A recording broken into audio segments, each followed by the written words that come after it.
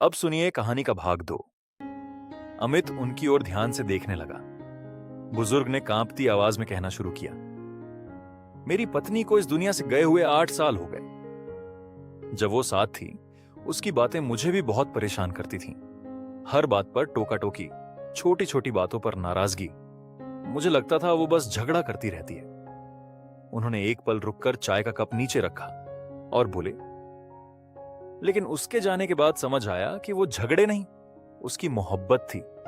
उसे मेरी परवाह थी, इसीलिए लड़ती थी। अब उनकी आंखों से आंसू बहने लगे थे। उन्होंने भर्राई आवाज में कहा, आज घर बड़ा है, पैसा भी है, बच्चे भी हैं, लेकिन घर में वो अपनापन नहीं रहा।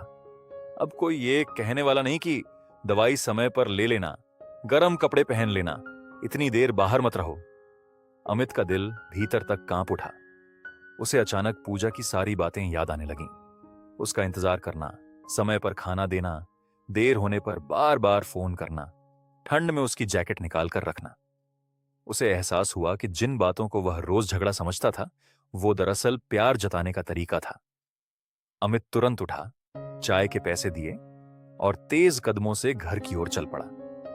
जब वह घर पहुंचा तो उसने देखा पूजा दरवाजे पर खड़ी थी। ठंडी हवा में भी वह बिना स्वेटर के बाहर खड़ी उसका इंतजार कर रही थी। उसे देखते ही पूजा गुस्से और चिंता भरी आवाज में बोली, कहां चले गए थे? फोन भी नहीं उठा रहे थे।